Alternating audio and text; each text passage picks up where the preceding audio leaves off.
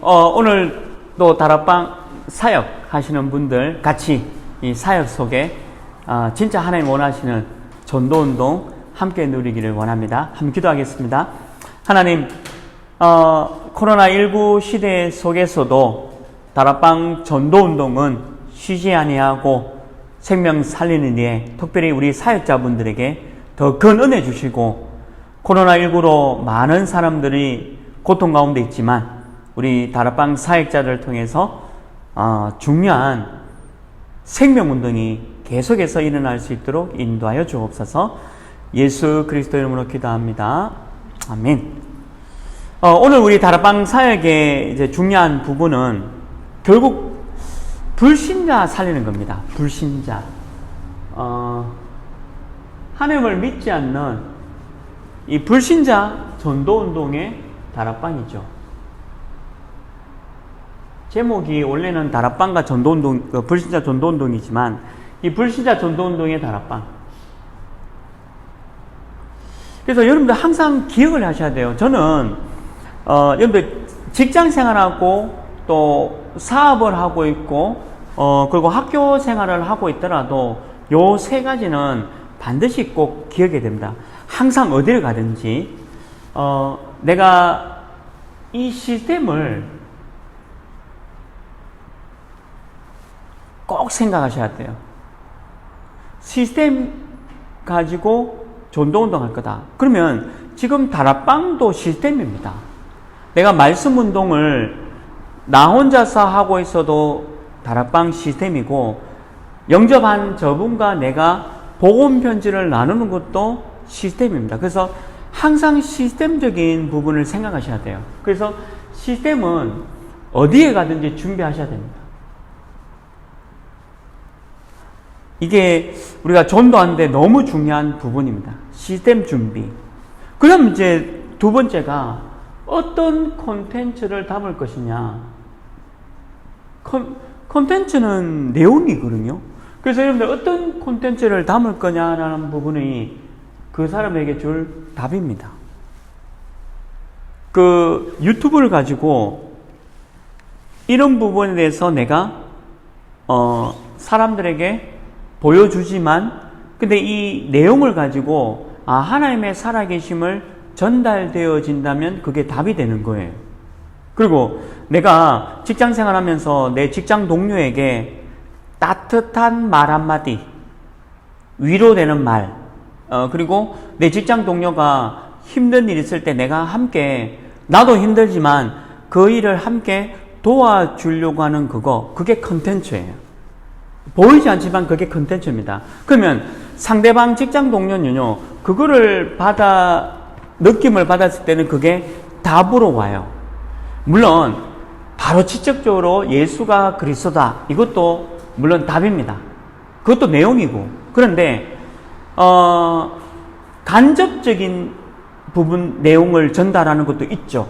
간접으로. 근데 간접으로 전달되는 그 내용 속에서도 충분히 저 사람에게 답이 될 수도 있다는 거예요. 그게 전도예요. 그래서 컨텐츠라는 거는 무궁무진합니다. 내가 음식을 맛있게 만들어서 이웃 사람에게 이 음식 한번 먹어보세요, 그리고 하나님 믿으세요 라고 한다면 그 내용 자체가 컨텐츠가 되어지고 답이 되어지는 거죠.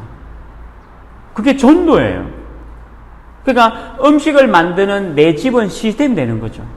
그래서 언제든지 이 시스템에 대한 부분을 준비하시고, 이 컨텐츠에 대한 이거는 어마어마하게 많습니다.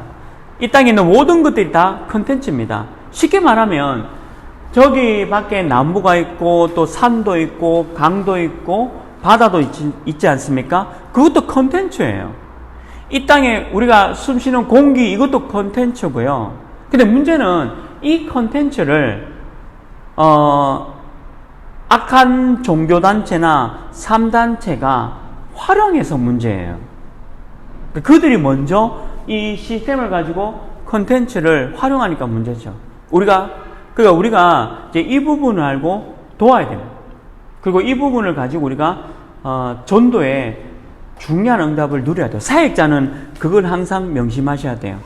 저는 이 다락방, 그리고 이게 불신자 전도운동에 가장 중요한 게 여러분들 한 사람입니다. 사역자 한 사람. 사역자 한 사람이 시스템이 되어지고 이 땅에 있는 모든 것들이 다 콘텐츠입니다. 이거를 잘 가지고 간다면 굉장한 응답들이 다 숨겨져 있어요. 그리고 마지막 단어가 플랫폼입니다. 이 플랫폼이 뭐냐? 사실 이 플랫폼이 바로 전도와 선교가 되는 겁니다. 그러니까 이 플랫폼을 많이 만들어지는 것이 굉장한 중요한 응답입니다. 플랫폼이 없으면 이 전도 선교에 대한 방향이 어려워요. 굉장히 어려워요. 근데 이 플랫폼이 있으면 쉬워요. 버스를 기다리면 버스 플랫폼이 있으니까 버스를 탈 수 있습니다. 서울로 가기 위해서 내가 기차를 이용하려고 하면 기차를 이용할 수 있는 플랫폼이 있어야 돼요. 내가 미국에 가려고 하면 미국에 갈 수 있는 공항이라는 뭔가의 플랫폼이 있어야 됩니다.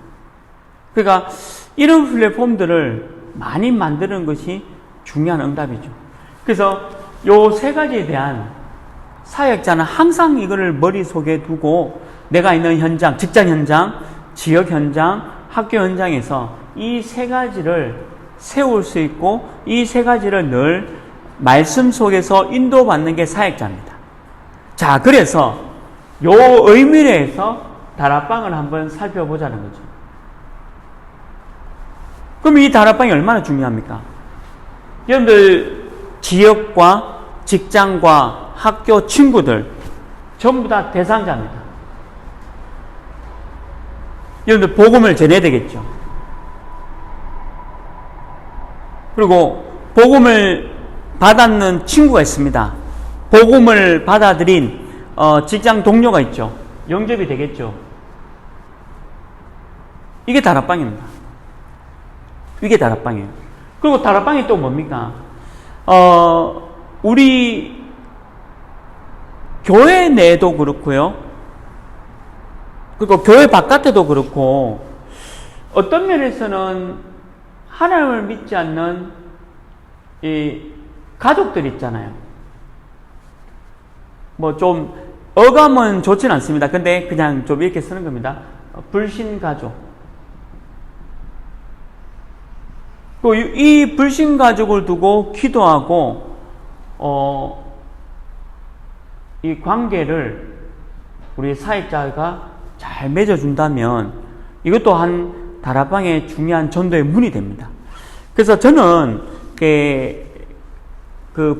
우리 불신자 남편을 주로 만나면 일단 첫 만남에서 부드럽게 합니다. 첫 만남부터 예수가 그리스도고 사단 마귀 얘기 이렇게 하진 않아요.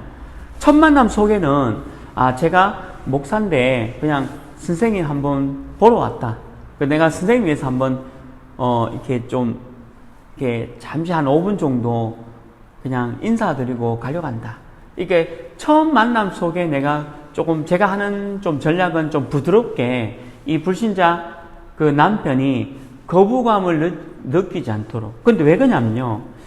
그러니까 불신자 가족들을 제가 많이 만나보니까 이 사람들이 갖고 있는 선입관이 있습니다. 교회에서 오면 고리타분하다. 뭐 이 말이 좀 어려운 말인데 고리타분하다라는 말을 많이 쓰는 것과 그리고 뭐 말이 많은지 길다. 이런 얘기를 많이 들어요. 근데 저는 일단은 안 믿는 불신가족을 만나면 다락방 시스템을 위해서 그냥 산뜻하다. 그리고 예수 믿는 사람이 너무 멋있다. 이런 이미지를 전달하려고 합니다. 고리타분하다 또는 너무 길다. 이런 거를 좀 떠나서. 그래서 불신가족을 이게 좀 관계를 잘 맺으면서 이 다락방을 할 수 있도록 하는 게 굉장히 중요한 거죠. 그리고 세 번째는 뭐냐?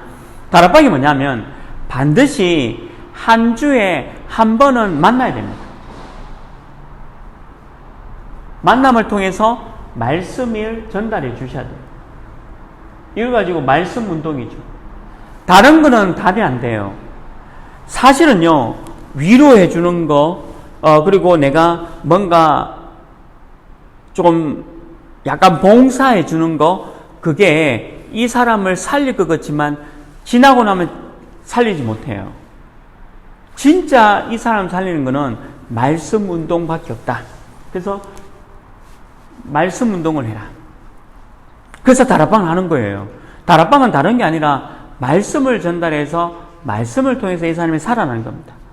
그러니까 지난번에도 말씀드렸잖아요. 복음편지 10과 그리고 새생명 새생활 20과를 가지고 복음이 이해되도록, 아, 이게 복음이구나, 이게 영적 문제구나, 이게 인간의 문제구나, 이거를 이긴 분이 바로 예수 그리스도고, 그래가 내가 하나님을 믿는구나, 복음이 충분히 이해되도록 만들어주고, 그렇다면 예수 그리스도 이름으로 기도하면서 승리할 수 있도록 기도 이해를 해주는 거죠. 이게 다락방입니다. 이 시스템을 세우는 거예요. 그리고 다락방이 뭡니까? 지속하는 게 아니에요. 다락방을 지속 오래 하고 1년 하고 2년 하고 3년 하는 게 목적이 아닙니다. 여러분 자꾸 잘 모르시는 분들이 너무 많더라고요. 다락방을 지속하는 게 아니고요. 지속할 사람을 찾는 거예요. 사람. 그러니까 내가 이 다락방을 하면서 10년 다락방 해야겠다, 이런 게 아니라 내가 지속할 사람을 찾는 겁니다. 그래서 사람을 찾았다면 다락방 안 해도 되죠.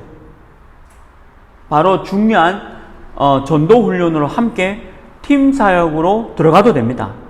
계속 지난번에도 잠깐 말씀드렸지만 어쨌든 그 부분에 대한 개념을 갖고 계셔야 돼요. 그러니까 내가 다락방을 오래 지속해서 10년, 3년, 5년 이렇게 하겠다는 게 목표가 아니에요. 지속할 사람을 찾아라. 그래서 그 사람하고 내가 팀을 이루어서 직장을 살릴 직장 지교회를 만든 것과 그 사람과 팀이 돼서 이 지역을 살릴 지교회를 세우는 것과, 그리고 그 사람과 함께 이 사업장을 살리고 이 학교를 살리는 우리 렘넌트 지교를 세우는 건, 이렇게 부분을 만들어가는 것이 바로 다락방이다. 그래서 다락방 하나도요, 시스템 준비를 하고 이 다락방 안에 어떤 콘텐츠를 담을 건가를 생각하시고, 그러면 이 다락방을 통해서 어떤 플랫폼을 만들 건가라고 생각하면 답이 나옵니다. 사역자는 그냥 대상자 말고요, 여러분들 지금 사역하는 사역자지 않습니까? 사역자는요, 분명한 그림이 있어야 돼요. 내가 이거를 어떤 그림으로, 회사도요, 회사표가 있습니다. 그리고 회사에 사훈이 있죠. 내가 이 회사를 앞으로 어떻게 할 건가. 근데 교회도 보세요. 교회도 우리 본부에서는 원단 기도회라 해서 본부에서 우리 전체 우리 다락방 교회가 함께 가야 할 방향, 그리고 흐름 전달하지 않습니까? 그리고 그 방향과 흐름이 우리가 같이 가는 거잖아요. 근데 회사도 마찬가지예요. 회사도 이 회사가 매년 어떤 매출에 목표를 두고 성장률이 어떻게 되어지고 또 여러 가지 부분을 어떻게 할 건가, 분명히 방향이 있어요. 그러니까 여러분들 다락방 사역할 때도 그런 방향이 있어야 돼요. 사역자는요, 그냥 사역자가 아니라 내가 이걸 통해서 어떤 방향으로 가서 하나님이 어떤 것을 원하시는지 분명히 붙잡고 가야 됩니다. 그게 바로 시스템과 컨텐츠와 플랫폼을 세우는 겁니다. 그래서 오늘 이 다락방에 대한 부분을 쭉 설명한 거예요. 너무 쉽죠? 자, 그럼 두 번째는, 우리 다락방은 진짜 이것만 해야 됩니다. 재미난 게, 물론 우리 대구시나 아니면 대한민국, 그리고 전 세계도 마찬가지겠지만, 마스크를 이제 계속 착용하라 합니다. 앞으로 과태료도 나오고. 근데 그게 맞죠? 예방을 해야 되니까. 근데 마스크를 착용한 상태에서 밥은 못 먹잖아요. 결국 우리가 커피도 마셔야 되고 식사도 해야 되는데 결국 마스크를 벗어야 돼요. 그 식사도 하고 커피도 마시지 않습니까? 근데 마스크를 계속 껴는 상태에서 밥을 먹을 수도 없고 커피 한 잔도 할 수도 없는 거예요. 무슨 얘기냐면 불신자가 이런 상태에 있다라고 보셔야 돼요. 이렇게 할 수도 없고 저렇게도 할 수 없는 그런 상태에 있는 게 불신자의 상태예요. 근데 우리 하나님 믿는 사람 어떻습니까? 당당하게 마스크 벗고 맛있게 먹고 또 하고 그리고 기도도 당당하게 기도하고 그리고 멋있는 모습 보여주지 않습니까? 확신 있고 믿음 있는 모습. 물론 근데 불신자도 그렇게 하죠. 자, 그런데 지금 코로나 블루라는 말이 왜 나왔습니까? 대다수의 사람들이 지금 항우울제를 처방받아서 너무 많은 사람들이 지금 항우울제를 처방받고 코로나 블루로 힘들어 가잖아요. 근데 하나님 믿는 저와 여러분의 사역자는 그렇지 않잖아요. 이 코로나19 시대에도 감사하죠. 저는 지금의 밥맛이 더 좋아요. 코로나19인데 너무 좋아요. 더 먹고 싶어요. 불신자의 어떤 상태가 아닌 하나님의 자녀로서 너무 좋아요. 근데 불신자는 그렇지 않다는 거예요. 그러니까 우리가 살려야 돼요. 불신자의 이 상태가 너무 심각하다. 그래서 어떤 상태냐? 성경에 구체적으로 되어 있는데요. 창세기 3장 4절 5절에 보면 그대로입니다. 사단이 나옵니다. 사단이 나에게 신이 된다라고 합니다. 사단이 나에게 네가 신이 된다. 네 중심으로 살아라. 그래서 다른 사람들을 이해한다, 배려한다, 양보한다, 있을 수 없습니다. 이게 전 인류의 상태예요. 왜냐하면 사단이 네가 신이니까 네 중심으로 살라고 얘기했잖아요. 이게 심각한 상태예요. 그러니까 나 중심이니까 그건 나 중심이에요. 말 그대로. 사단이 그렇게 얘기했거든요. 근데 많은 사람들이 이 상태에 있는 거예요. 자, 그러면 여기서 끝난 게 아니죠. 창세기 6장 4절에 5절에 보면 너무 여기 이제 세상이 홍수로 심판을 받는데 그리고 이 노아가 나옵니다. 노아, 그러니까 여러분과 저와 같은 사역자가 있고 홍수 심판이 있고 죄가 나오죠. 근데 이 당시에 많은 사람들이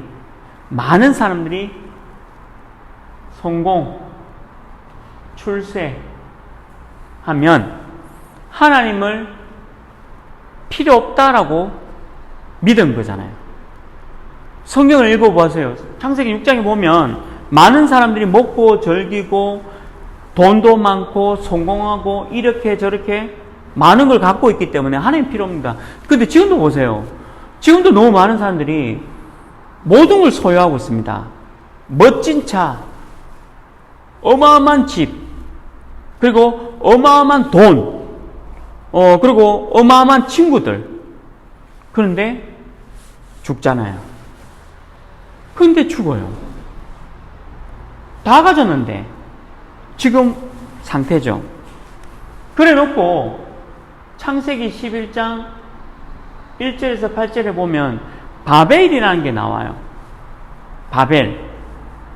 바벨탑이 왜 쌓았냐면 하나님과 대적하자는 거죠. 하나님을 대적하자. 도전이죠. 왜 그러냐면 하나님을 대적할 만한 지식이 있기 때문에. 그래서 제가 우리 공부 많이 하신 분들 이 복음 전하러 가면 공부 많이 하신 분들이 너무 많아요. 너무 아는 게 많아서 그 지식 때문에 하나님을 믿기가 어렵다는 걸 많이 봅니다. 너무 많은 지식, 너무 많은 갖고 있는 어떤 공부 때문에 하나님을 믿기 어려운 거예요. 또 같은 얘기지만 성공하신 분들 보세요. 엘리트. 복음을 우습게 여기는 경우가 많아요.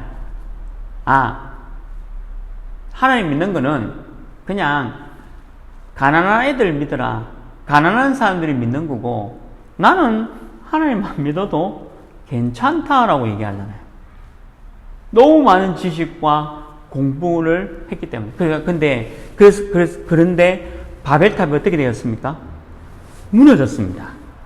무너지는 시간표가 온다는 걸 알려주셔야 돼요. 그게 복음이에요. 반드시 무너지는 시간표가 온다. 자, 그런데 네 번째 상태가 뭐냐면요. 그러다 보니까 사도행전 13장 4절에서 12절 말씀 보면요. 이게 그러다 보니까 어떤 상태냐면 많은 사람들, 그러니까 우리 정치인, 연예인, 성공한 사람도 누구한테 가냐면 귀신 들린, 성경에 그대로 나오잖아요. 귀신 들린 여종에게 가는 거예요. 물어보는 거예요. 왜 가는 줄 아십니까? 불안하니까. 불안하니까 가는 거예요. 미래에 대한 불안. 내 사업이 잘 가지만 잘 가는 것도 불안해요. 저는 진짜 이사 만났어요. 나는 예수 안 믿는다. 왜 하면? 내가 지금 문제 없고 잘 된다.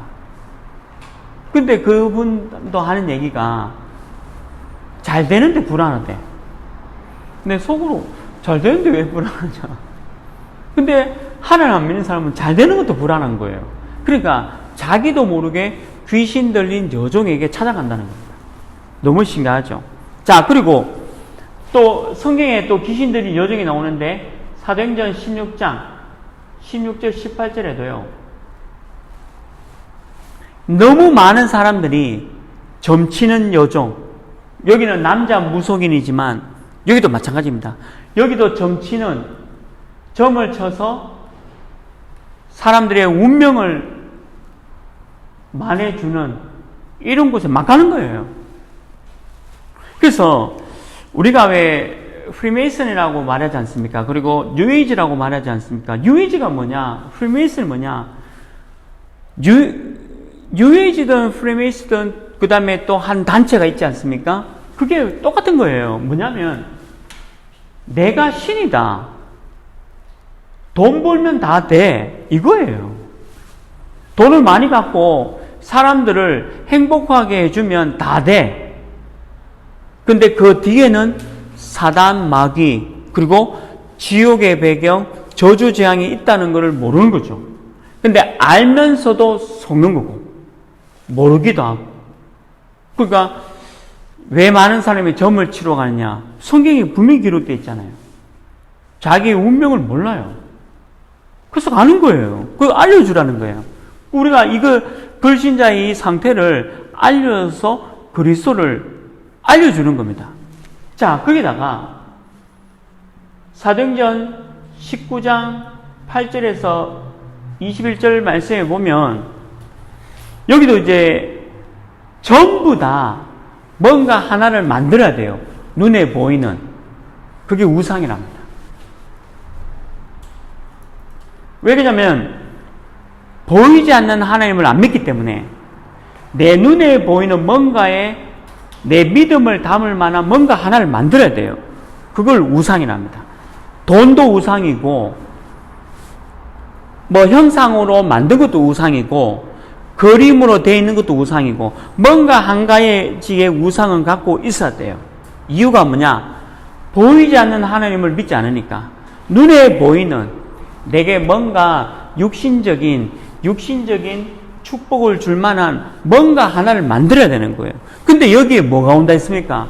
재앙이 온다 했잖아요. 재앙. 그래서 지금 전 세계가 코로나 재앙에 들어간 거예요. 왜 하필 중국에서 시작했냐? 답은 안 합니다. 중국의 어마어마한 우상 문화가 너무나도 우상 문화가 차고 넘치면 반드시 옵니다. 근데 이거는 중국뿐만 아니에요. 우리나라도 마찬가지죠.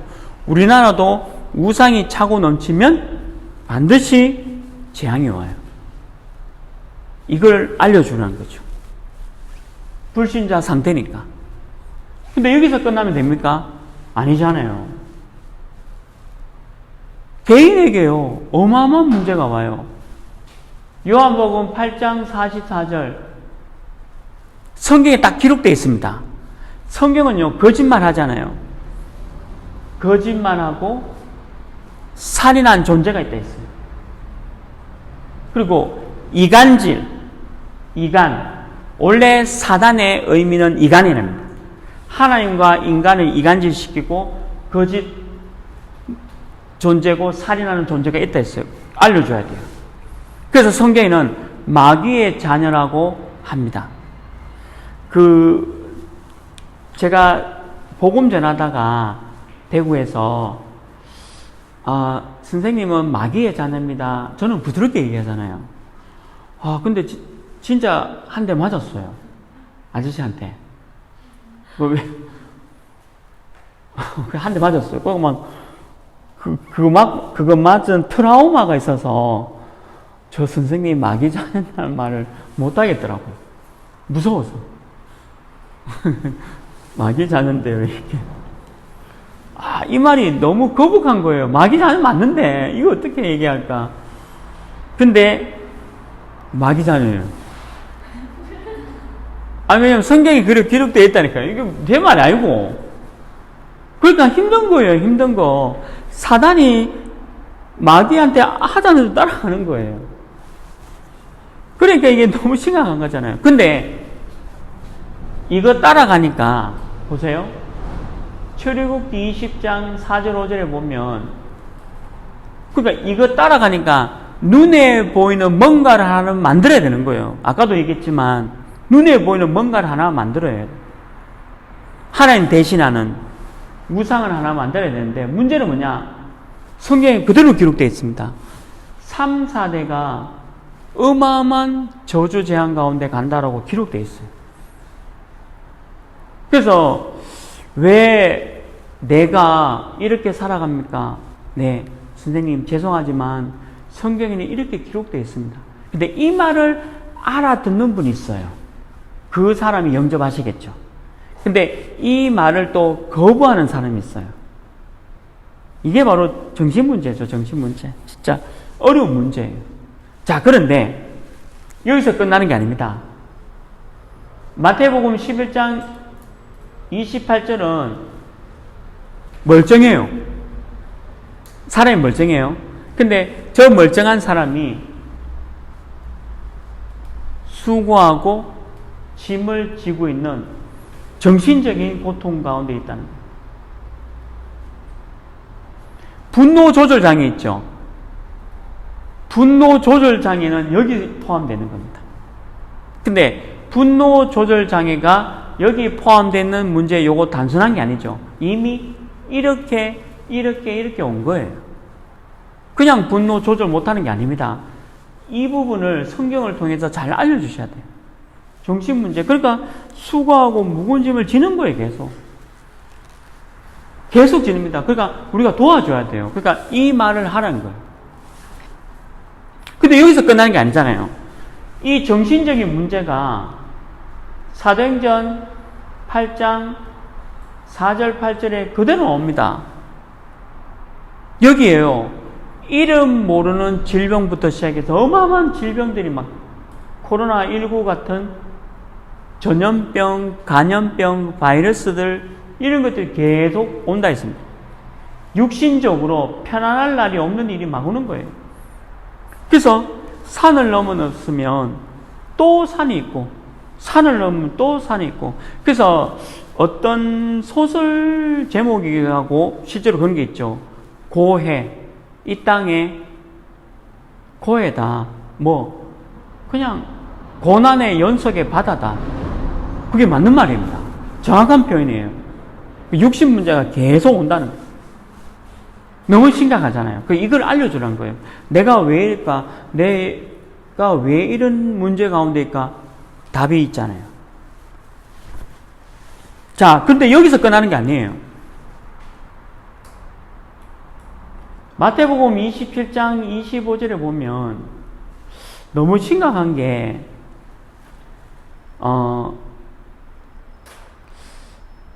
이게 자꾸 그러니까 여러분들 뭐 혹시 결혼하신 분도 있고 결혼 안 하신 분도 있고 또 자녀가 있는 분도 있고 없는 분도 있겠죠. 근데 이 자녀 문제가 계속해서 끊이지 않는 거예요. 성경에 기록되어 있습니다. 그래서 예수님이 너의 자녀들 위해서 울라라고 했습니다. 왜 울어야 되냐면 복음을 안 전하면 너희 자녀들이 굉장한 이 고통 가운데 빠질 거란 걸 말씀 주신 거예요. 우리가 그래서 이 복음을 전해야 되는 이유가 바로 여기 있는 거예요. 우리 후대들이 다 죽어갑니다. 우리 청소년들 다 죽어갑니다. 왜 청소년들 자기 마음대로 하고 싶죠? 근데 자기 마음대로 하는 게 아니라 사단과 마귀, 귀신에 의해서 조종당하고 있는 거예요. 성경에. 그대로 성경에 기록되어 있는 거죠. 그리고 우리 자녀 후대들이 다 무너지는 겁니다. 그리고 마지막 12번째가 뭡니까? 누가복음 16장 19절에서 30절 말씀대로요. 가야 돼요. 어디? 31절 말씀에 있는 대로 누가복음 16장 19절 31절 여기 보면 어디로 가야 됩니까? 본향으로 가야 돼요. 그래서 여기는 천국이 있고 지옥이 있어요. 이게 영원한 겁니다. 저는 이 불신자의 상태가 전 인류의 지금 문제라고 보시면 돼요. 단 한 분도 빠짐없습니다. 지금 뭐 미국, 일본, 중국, 한국, 유럽, 아프리카 또 모든 아시아 다 이 문제예요. 그래서 이 문제를 알려주고 이 문제 속에서 빠져나오는 그리스도를 알려준다. 그게 사역자죠. 그리고 이 문제를 잘 알고 이 문제에서 빠져나오는 그 길을 설명해주는 사람이 바로 사역자입니다. 동료가 또 우리 CEO 또 내 이웃 사람들 그리고 내 학교의 친구들이 다 이 문제 속에 죽어가고 있습니다. 그래서 우리가 3단체 하는데 3단체가 이거잖아요. 3단체가 가진 거는 돈입니다. 근데 그 돈이 어디서 오냐? 사단이 그렇게 돈의 어마어마한 부분을 부어주는 거죠. 근데 그 돈을 가지고 하나님을 믿지 않는데 활용하도록 하는 게 3단체입니다. 완전히 3단체가 빠져 있는 거잖아요. 그리고 전 인류가 인류 보편적인 문제를 다 갖고 있잖아요. 귀신 문제, 전 문제, 우상 문제 다 보편적 다 갖고 있는 문제예요. 단 하나로도 예외 없습니다. 근데 거기서 끝납니까?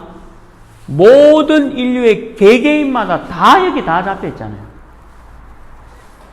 이 말을 듣고 이해하고 빠져나오고 싶은 사람을 찾는 것이 구원의 길이고 그 사람에게 계속 말씀을 공급하는 게 다락방이에요. 이 다락방을 해라.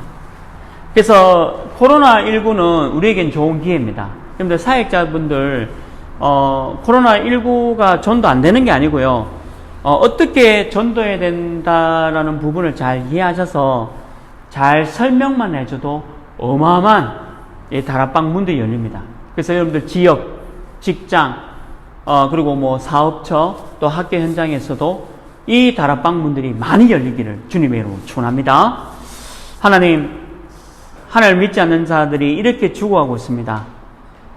이분들에게 정확한 복음을 설명하는 응답과 축복 허락해 주옵소서. 예수 그리스도 이름으로 기도합니다. 아멘.